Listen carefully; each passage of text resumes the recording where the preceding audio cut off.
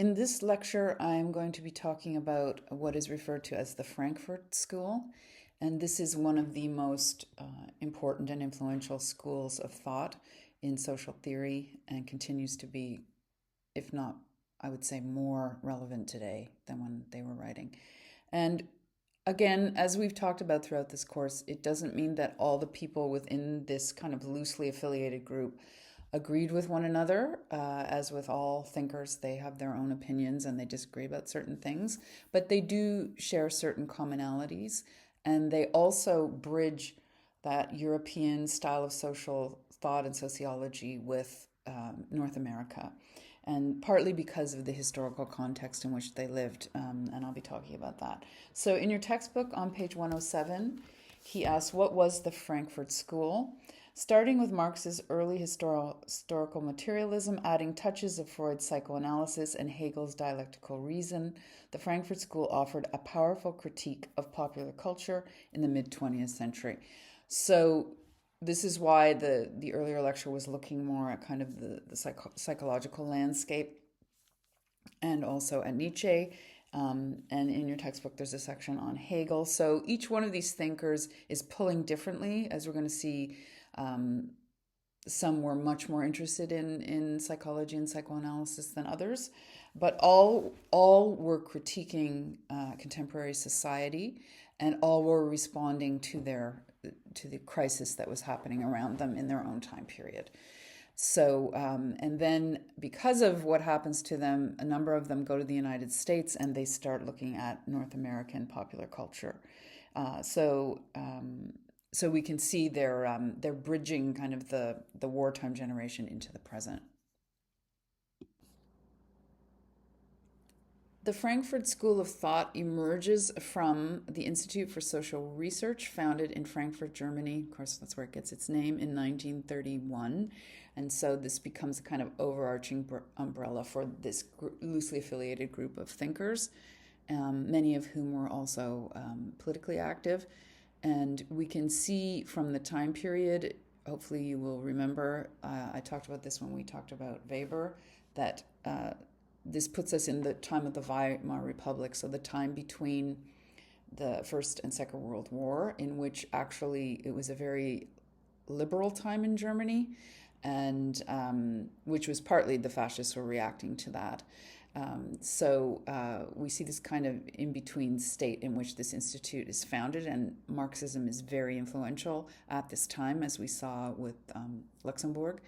And so the institute is founded with money from a very wealthy bourgeois person who is interested in Marxist theory and the origins of anti-Semitism.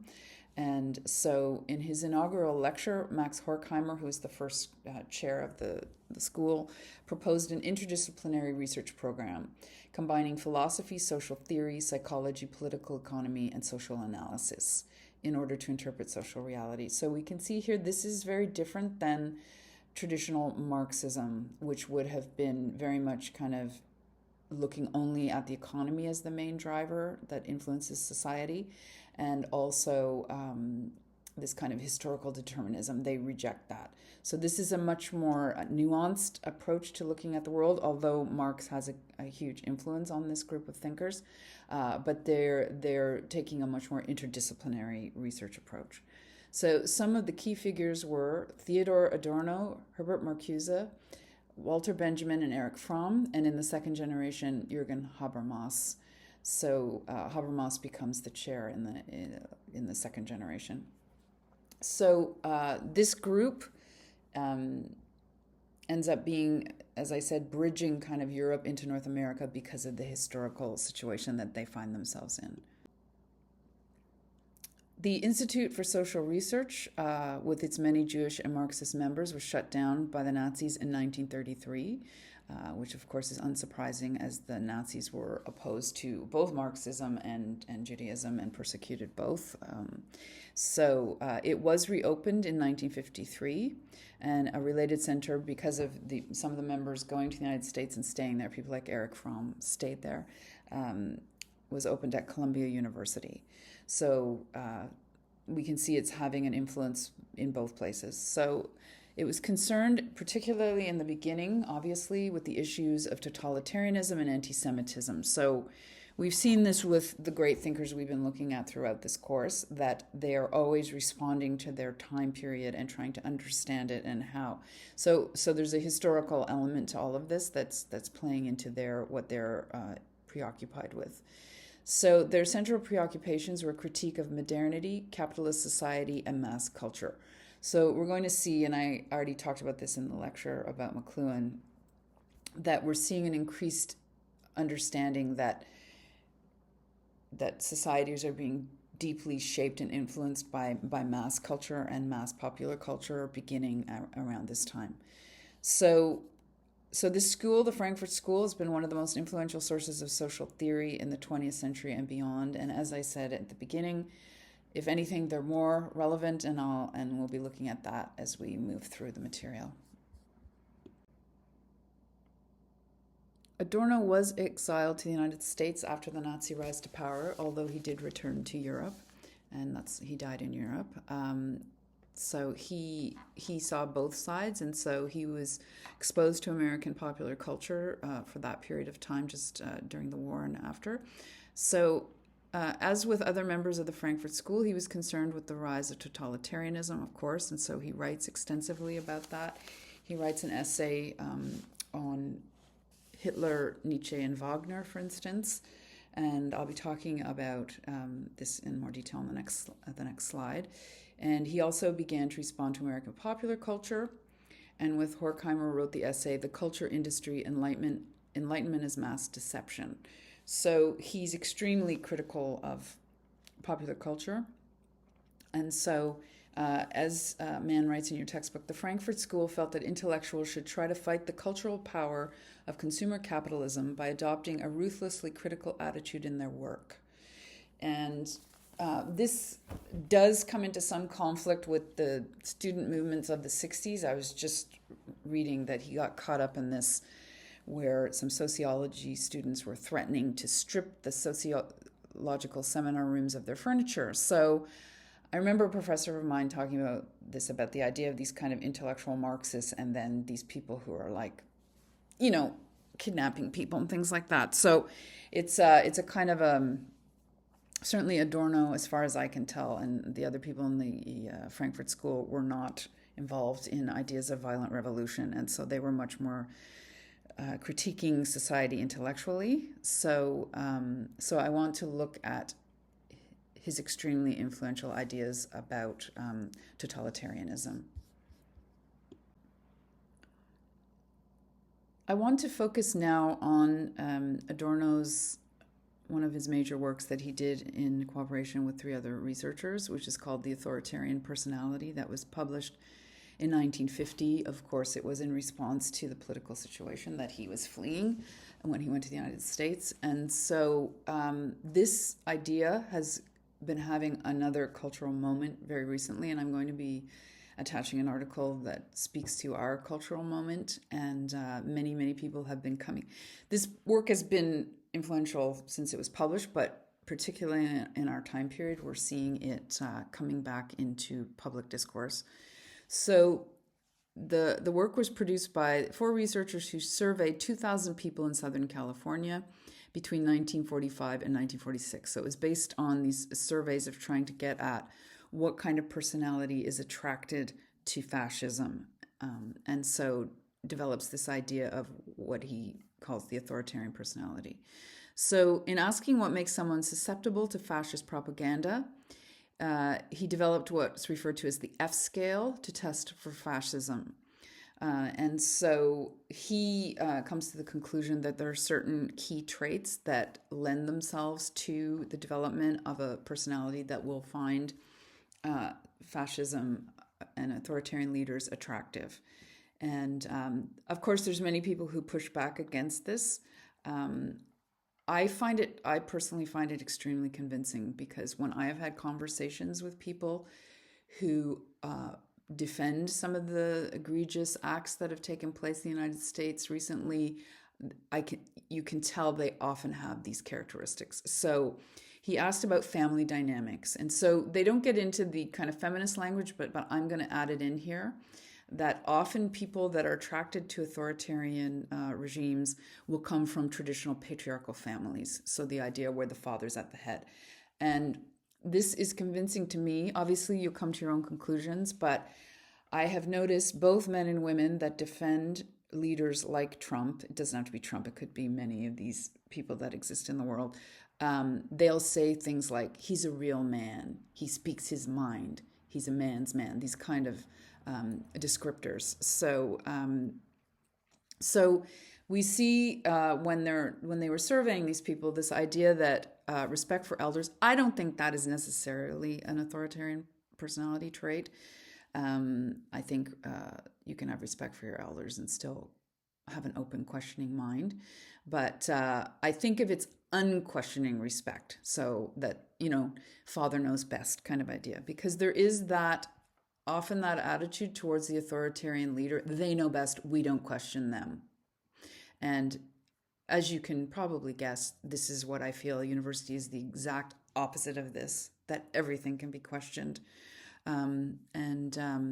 There's no one person that has all the answers. So we're going to be looking at Fromm and his analysis, which is similar in certain ways, but certainly applying this to our cultural and political moment, I think is very helpful.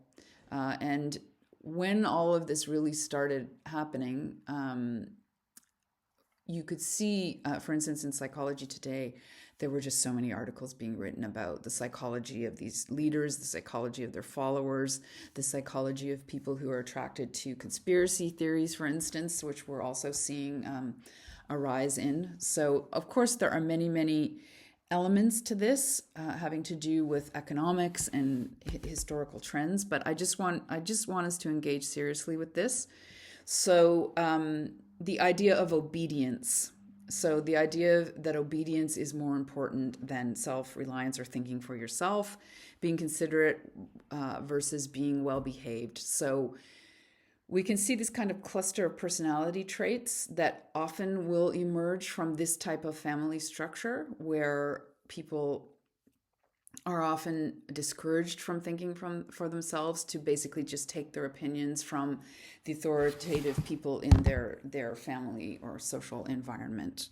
Again, I'll ask you to think about this for yourself, but I find this really generative, if you want to use that word, the idea of using psychology to get at some of these political movements. And so I'm going to be attaching an article from Politico magazine that went completely viral when it was published in 2016. And many, many people were very upset by this article. And it's by Matthew McWilliams. And the title says, "The one weird trait that predicts whether you're a Trump supporter, it's not gender, age, income, race, or religion."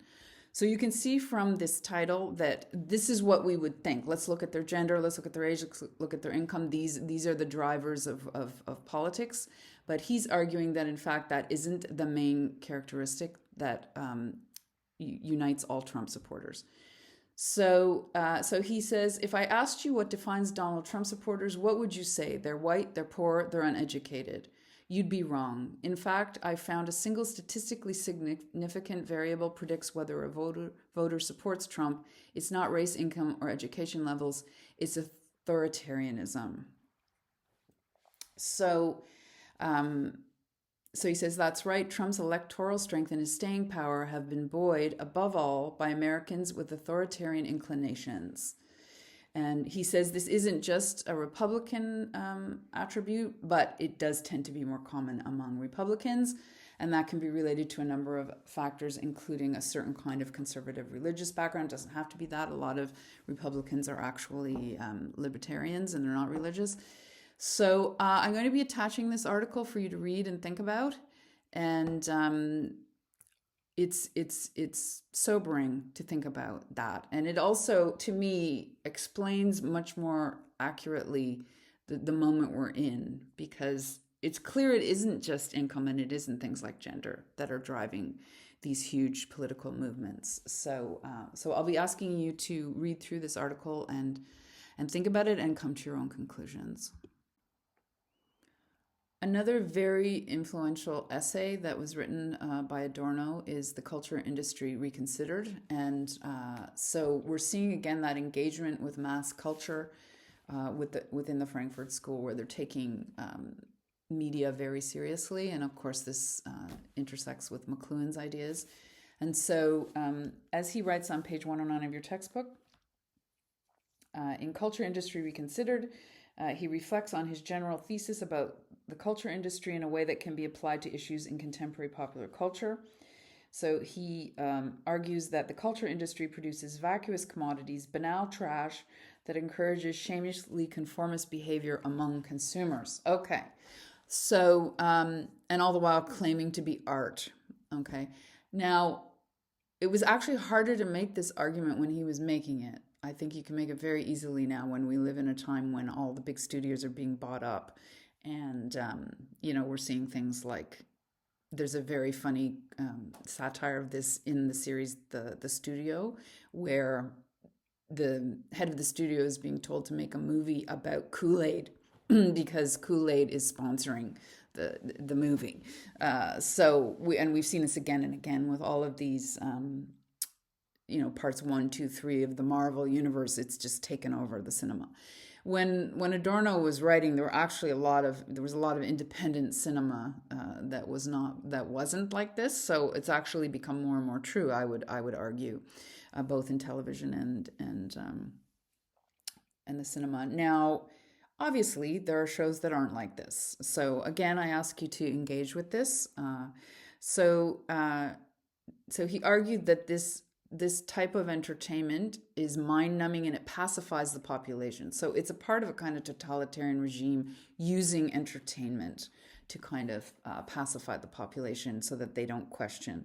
And I talk about this a lot in my popular culture class. If we look at certain kinds of movies and television programs like Homeland, how they depict Muslim people, Arab people in those movies, and how they depict terrorism and the America as the good guy, the heroes going in and solving the problem. Also, the way, if we start to look through this lens, the way, for instance, so many American shows are about the police, and so the police going in and being the savior. And again, if we're looking at this seriously, even just what just happened in Canada with the corruption in the police force, is this in fact true? Or is this priming us to believe in the status quo? So I ask you again to engage with this, but certainly Adorno sees it as a form of mass deception, which supports the status quo. And I think you could definitely make this argument. And certainly reality television, he didn't live to see that, but I can only imagine what he would have had to say about reality television. So Stephen Marsh, a Canadian writer and journalist, has written about this in a recent essay after all of the skirmishes with Canada and the US, saying that in many ways Hollywood has been called the dream factory, and it has exported this dream to the world. And so even our concepts of the good life, it's a pool in LA where you don't have to work, these kind of things. And so Marsh says it's all a big bubble that has burst. So I find that he's not quoting Adorno, but it's a similar idea that this cultural industry has had incredible power of spreading the so-called American dream around the world. And actually leading to people wanting to emigrate to the United States. There's just no doubt about that. And so the question then is, are we being pacified by these images and these television shows? Do we, we've all done it, right? You come home and watch some kind of mind-numbing television show. I don't think that in and of itself is terrible, but so he argues that popular culture offers fantasy and catharsis so that most people don't question the world around them. So that's where the rubber hits the road. Does it then depoliticize you? There's many people who, read or use various forms of entertainment just to sort of deal with stress. But is this then leading to kind of being a passive consumer and not a citizen? That really is the question being raised here. I wanted to use just one example of this form of popular culture. And I think that just proves Adorno's point here. And I've had many, many arguments about various forms of reality television with people. And I recognize that for many, I am just ruining their good time and raining on their parade. I recognize that. But I just find it so disturbing. Like the Real Housewives of wherever, that whole franchise, and or Love is Blind, all of this. I know many people who watch these shows, and so I'll be interested to hear on the discussion boards if you feel that you want to defend that. That's totally fine. But I just even watching clips of these shows makes me just fall into despair about humanity, and I think on some level that's what they're meant to do. They sort of they make you despair of any kind of improvement in society if this is the kind of people that we're dealing with, and of course we're not. This is not reality. In fact, another critique that's been leveled at these shows is they're extremely, extremely sexist, and a lot of these romance shows are, there's been many spoofs of them on SNL and other programs, of exaggerating gender differences and very old-fashioned attitudes to romance and so on. So I wanted to look at this particular version because I feel particularly angered by this, because I feel like it's spreading this to Canada now. And as I'm questioning here, who thought this was a good idea? Who woke up in the morning and said, what Canada needs right now is their own version of Jersey Shore? Okay. And I mean, I would argue that these shows are also making fun of working class people, men and women, that they're silly and vain and, constantly getting into conflict and so on. This is how Paramount describes it. A crew of party-loving housemates settle into a Kelowna lake house for an unforgettable, unfiltered summer filled with drama, hookups, and laugh-out-loud chaos. Doesn't that sound wonderful? Okay, so I'm going to ask you in the discussion boards what you think of this and why do you think somebody thought this was a good idea. I mean, clearly these shows, I don't know if this one's going to be popular, but certainly the Jersey Shore was popular. As with the consumer haul videos, I'm truly utterly mystified. So I really need enlightenment in this of why are these shows so popular? I want to focus here on Erich Fromm, and he's barely mentioned in your textbook. And this is another thinker that often gets written out of sociology, and I'm unclear again on why that is. I do think he's very interdisciplinary in a way that can sometimes make academics uncomfortable. He was extremely popular, so he was being read by everybody. And so I think, again, that offends people for some reason. Not clear why. Sour grape seems to be part of it. But the other thing is he was a very vocal democratic socialist. He was politically active on the left and in the New School. So that during the time of McCarthy in the United States. So you can see he goes from one very difficult political situation to another. So that clearly plays into why he's often kind of scrubbed from the record. But I'm bringing him back here because he's extremely, extremely influential and continues to be. So he has an interesting background. He studied at the university, but he also became a practicing psychoanalyst. So he was an actual working psychologist for a period of time. And so this definitely influences his thinking, his larger thinking when he's writing. So he wanted to create a synthesis of Marxism and psychoanalysis in order to find the, quote, missing link between ideological superstructure and socioeconomic base. So this is the idea, just to get at this a little more clearly. I think I've raised this question before, what many political people spend many hours of their life thinking about is, why do people work against their own best interest? Why do people vote for parties that actually don't help them? So why would a working class person vote for a party that cuts Medicare in the United States, for instance? It's baffling. So we looked at this in terms of the authoritarian personality is a really important way to look at that. So Fromm was also concerned with this question, also coming from a Jewish background, coming from fleeing the Nazis, but also not just the Nazis, just looking at capitalistic society. And so he wants to see how capitalist society influences the psychology of human beings and how that plays into politics. So he's looking at the influence of culture on personality and the alienation caused by consumer society. So this is a connecting thread between many of these thinkers. And as I said, this is what makes them so influential and so important into the present, because they have this very cutting critique of consumer society and popular culture.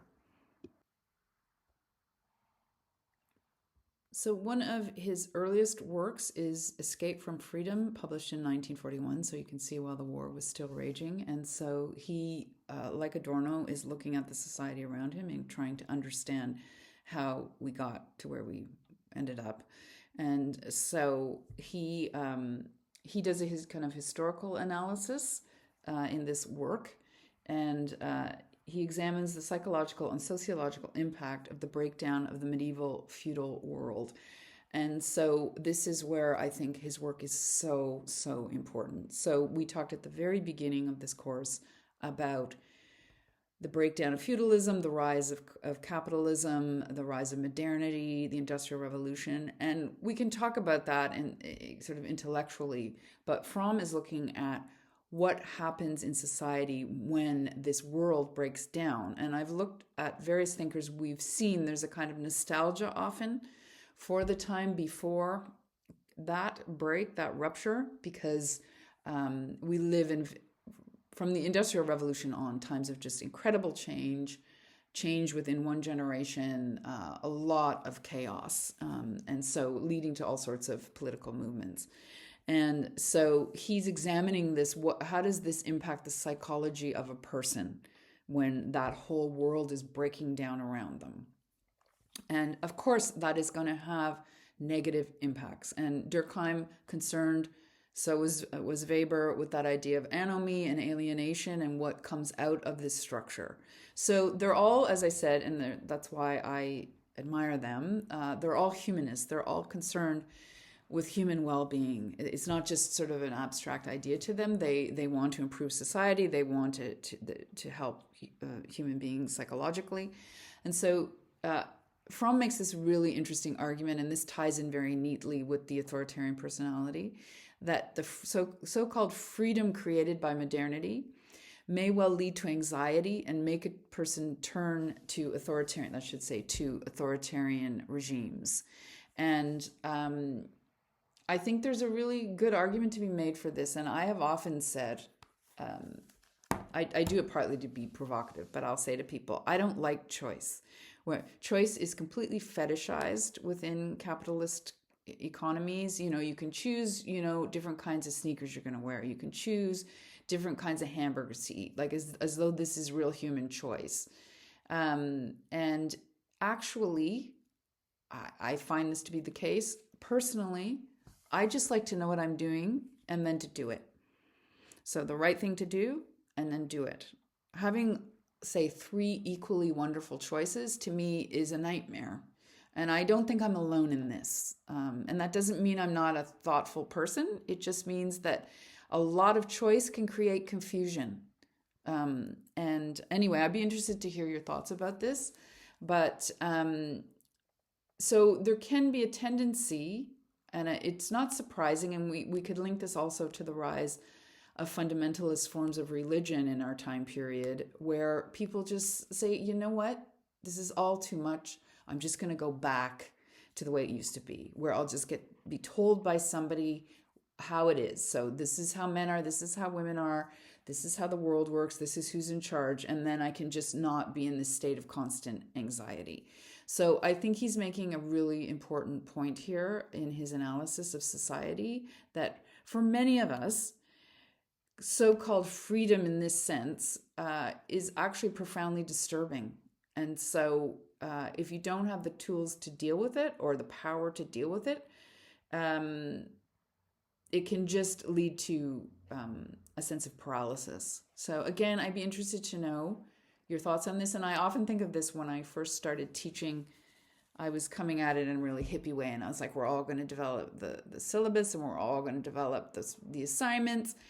And I got immediate pushback, actually panic from my students, and particularly in first year. And looking back, I think, of course I did, that they were like, no, we just want you to tell us what's expected, right? And I thought that is, for human beings, it's just overwhelming. Now, don't get me wrong, in more upper year courses, and in all my courses, I try to allow for people's own personal creativity and ideas, but people need structure. They need to know what expectations there are of them. And I've talked about this in other courses in terms of just the complete failure of our society to explain to people what an adult is. So how are we expected to behave as adults if we're never told what that actually is? And so I think Fromm is making a really, really important point about contemporary society here. So as I said, this was not an abstract idea to him. He was a socialist and an activist in the United States and in Europe, along with many of the other people in the Frankfurt School. He wrote a number of best-selling books, and again, I think I talked about this in the McLuhan lecture. This is pretty much unheard of. It's very unusual for intellectuals and academics to write best-selling books, so I do think this is why sometimes he gets left out of the quote-unquote canon, because just normal people were reading his books. Particularly, he was very beloved by the counterculture coming out of the 1960s. I want to move on now to looking at a very influential work by Guy Debord, who was a French thinker, also influenced by Marxism, and also looking at mass culture. So you can see that's a kind of connecting thread in a lot of these thinkers, their critique of popular culture, mass culture. And so Debord wrote this book. I use this book a lot. I use it particularly in my course on ritual and ceremony, because really the spectacle is the opposite of traditional religious ritual and ceremony. And so I would give the example in my course of say religious groups that are putting on say the Good Friday march or parade in Toronto that happens every year, and it's part of the Catholic calendar, and thousands of people turn out to participate in it, and they're volunteers. They're just members of the church, and anyone can go and watch. I got caught up in it numerous times, and you just end up watching it because you're walking down the street. And so I would contrast this using Debord's idea with.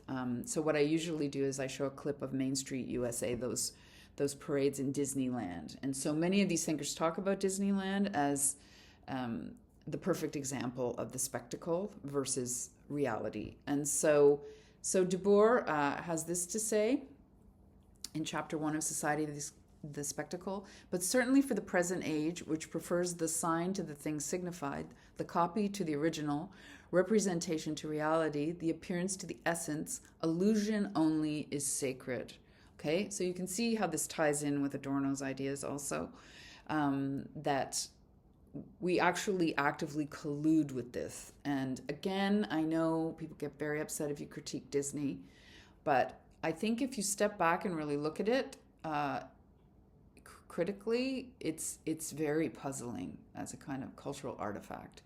And you have to ask yourself, what is being achieved here? So again, if I contrast a traditional practice, say a powwow, where it's about the community. If we look at the Nipissing powwow, it's about welcoming Indigenous students into Nipissing and Canadore, and also inviting in the larger population to participate. It's definitely an embedded community practice. But what we see and now there's Disney cruises, and I learn a lot from my students. My students explain to me there's such a thing as the Disney adult now.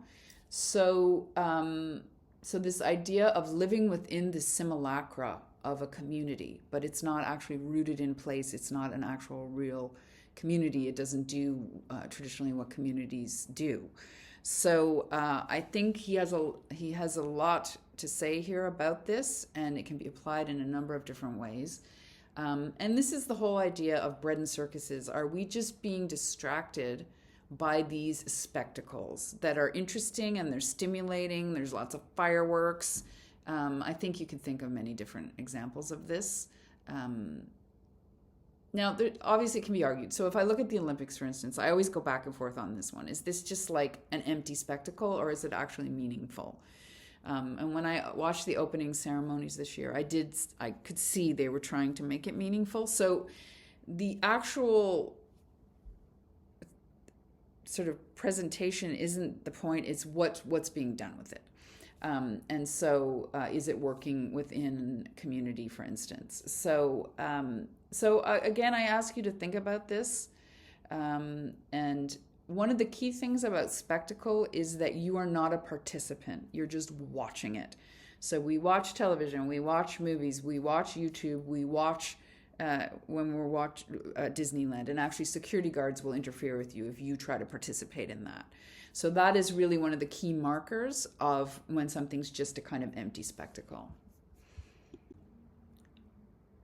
I want to end by looking at the work of Christopher Lasch, who's an American historian and cultural critic, and he also managed to write a best-selling book, and it's often been described as a surprise bestseller, which is called The Culture of Narcissism.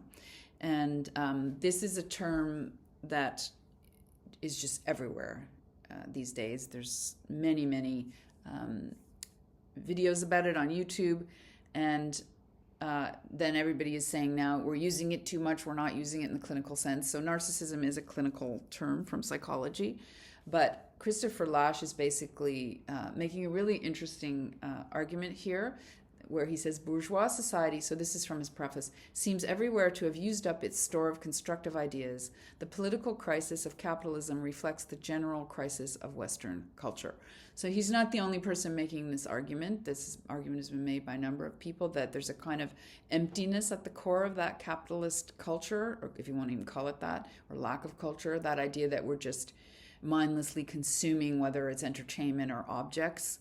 And so he's very concerned with how this is impacting larger culture. And so in his preface, he writes, modern bureaucracy has undermined earlier traditions of local action, the revival and extension of which holds out the only hope that a decent society will emerge from the wreckage of capitalism. So he's saying we have to return to the local, to the community level to address the issues that we're seeing around us. So he says, in small towns and crowded urban neighborhoods, even in suburbs, men and women have initiated modest experiments in cooperation. So he says the flight from politics, as it appears to the managerial and political elite, may signify the citizens' growing unwillingness to take part in the political system as a consumer of prefabricated spectacles. Okay, so he's building also on C.S. Mills here in his critique of modern American society, or contemporary American society. But he takes it a step further in looking at actual psychology and what it has to tell us. And so he says, every age develops its own peculiar form of pathology, which is expressed in exaggerated form of underlying character structure. So he's basically, so for instance, we could make the argument that the whole concept of hysteria, which you almost never hear that word anymore, was kind of the illness of Europe in the 19th century, but narcissism is the illness or malaise of our time. And I find this really provoking. I think it's really an interesting question. And certainly psychologists would say we're seeing much more of a certain type of personality. So if we look at the time of Freud and Jung, you would often see people that are more what we would call in psychology neurotic. But what we're seeing now is much more narcissistic personality disorder, borderline personality disorder, these kind of problems. And so he's making this argument, as Erich Fromm would have done, that this isn't just a personal problem. And that's often how psychology looks at it, or they'll just look at the family system, but it's not seen within the larger context of society at all. And so he's basically saying it makes complete sense that we're seeing so much narcissism in our culture because it speaks to the malaise of our time. And it is worth thinking about this. And just a very obvious example of this would be the rise of the selfie, right? And I think many of us have seen this with people that they're just taking endless pictures of themselves and posting them. And that is not to say that people that do that have, clinical narcissism. But is there a way in which, and social media has exponentially exaggerated this, and there's been a number of articles looking at the way that social media actually encourages what's been called in psychology the dark triad. Is there a way in which our society is actually encouraging us to be narcissists? I think is worth thinking about. So I will attach one of those articles to the post for this section of the course, and I'll ask you to engage with this. But certainly it's amusing, if nothing else, to see the way everybody's calling everybody else a narcissist these days. It's gone far beyond kind of clinical use. But the question remains, is it speaking to the malaise of our time?